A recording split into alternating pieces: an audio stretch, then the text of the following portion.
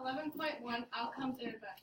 I can identify outcomes and events with determining probability. Yes or no? Yes. All right, so again, I don't like the droning answer. I want the enthusiastic answer. So here we go. An experiment. An experiment is something you do when you get different results from doing an experiment, right? So if I flipped a quarter, I sometimes would get a head, I would sometimes get a Tails. So if I flipped a coin and I got a tail, we would call that a result. However, in probability, we have another word for it, and that word is? Events. So the event would be, in flipping a coin, a head or a tail, right? So those would be our two different events.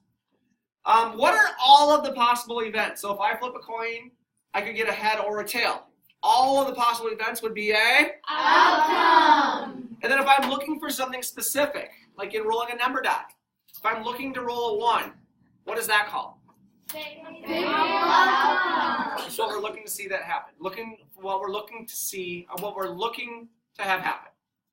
Sorry for my wording. Finding outcomes. In rolling a fair number cube. First of all, can somebody tell me what fair means? What does fair mean? Rose. Fair means it means the Rose? Help her out. Suleiman? something that has an equal chance. Yeah, fair means that whatever the possibilities are, they all have an equal chance of happening, right?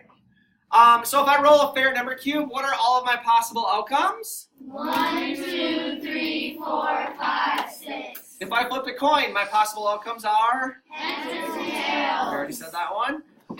Let's go down to number 8. What are the favorable outcomes? So the thing that I'm looking for in rolling a fair number cube and getting something that is less than or equal to 5. They are what? 1, 2, 3, 4, 5. So if I said, what are the favorable outcomes of getting something less than or equal to 5, you would say they're all 1, 2, 3, 4, or 5. Questions?